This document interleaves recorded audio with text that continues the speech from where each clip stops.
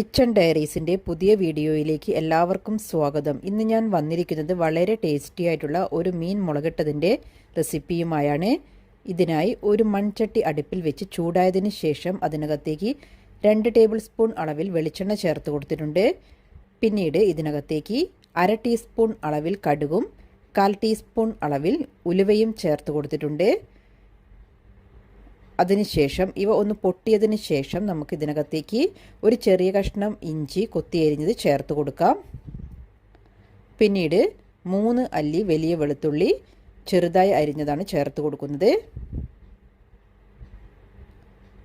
തീ ഒരു മീഡിയം ഫ്ലെയിമിൽ വെച്ച് വേണം ഇവയെല്ലാം ചേർത്ത് കൊടുക്കാൻ.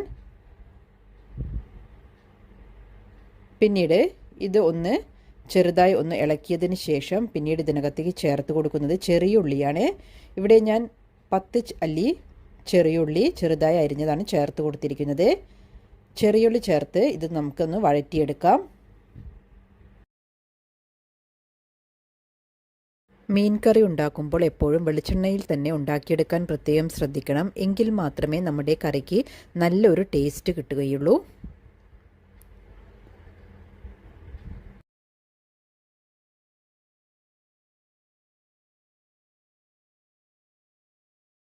ഇപ്പോൾ ഉള്ളിയെല്ലാം ഏകദേശം ഒന്ന് വഴന്ന് കിട്ടിയിട്ടുണ്ട്.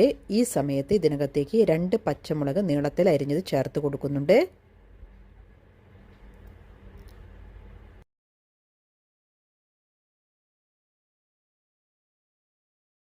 പിന്നീട് ഇതിനകത്തേക്ക് ഒരു വലിയ തക്കാളി മിക്സിയുടെ ചെറിയ ജാറിൽ ചേർത്ത് നന്നായിട്ട് ഗ്രൈൻഡ് ചെയ്തെടുത്തിരുന്നു. അത് ഞാൻ ഇതിനകത്തേക്ക് ചേർത്ത് കൊടുത്തിട്ടുണ്ട്. തീ ഒരു മീഡിയം ഫ്ലെയിമിൽ വെച്ച് ഇവ നന്നായിട്ട് നമുക്ക് വഴറ്റിയെടുക്കാം.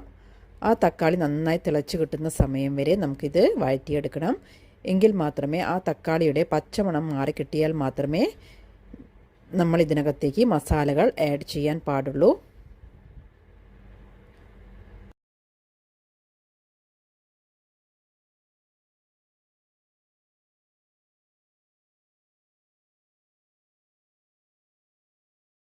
ഇനി ഇതിലേക്ക് ആവശ്യമുള്ള മസാലകൾ ചേർത്ത് കൊടുക്കാം. ഇവിടെ ഞാൻ 2 ടേബിൾ സ്പൂൺ അളവിൽ മുളക് പൊടിയും 1/2 സ്പൂൺ അളവിൽ മല്ലിപ്പൊടിയും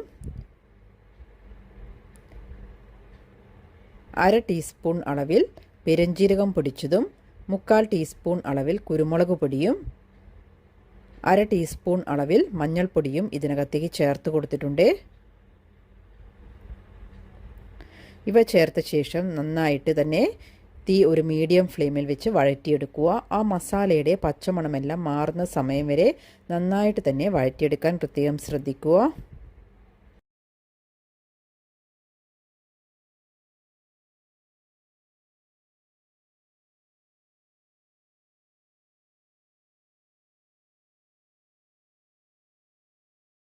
ഇപ്പോൾ മസാലയെല്ലാം ആവശ്യത്തിന് മൂത്ത് വന്നിട്ടുണ്ട്.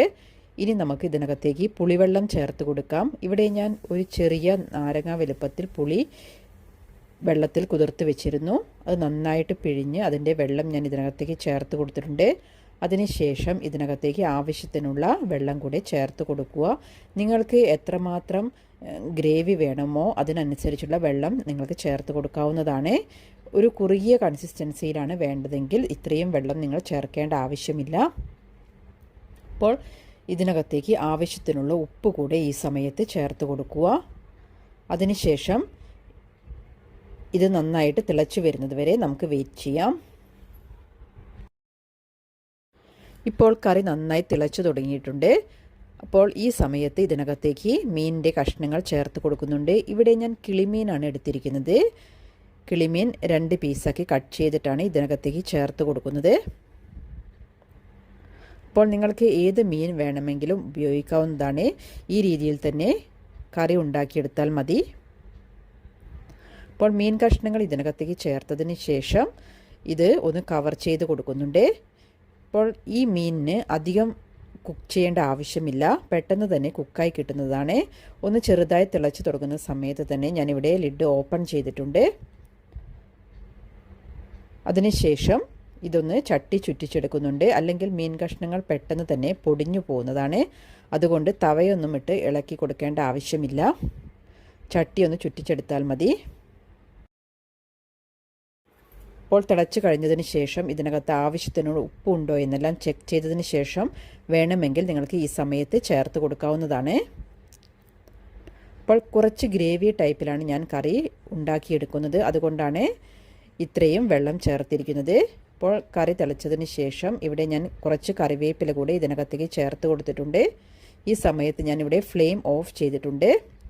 അപ്പോൾ കൂടുതൽ ഇത് കുക്കായി കഴിഞ്ഞാൽ ഇത് പെട്ടെന്ന് തന്നെ മീൻ കഷ്ണങ്ങൾ ഉടഞ്ഞു പോവും, അതുകൊണ്ട് ഞാനിവിടെ ഫ്ലെയിം ഓഫ് ചെയ്തിട്ടുണ്ട്.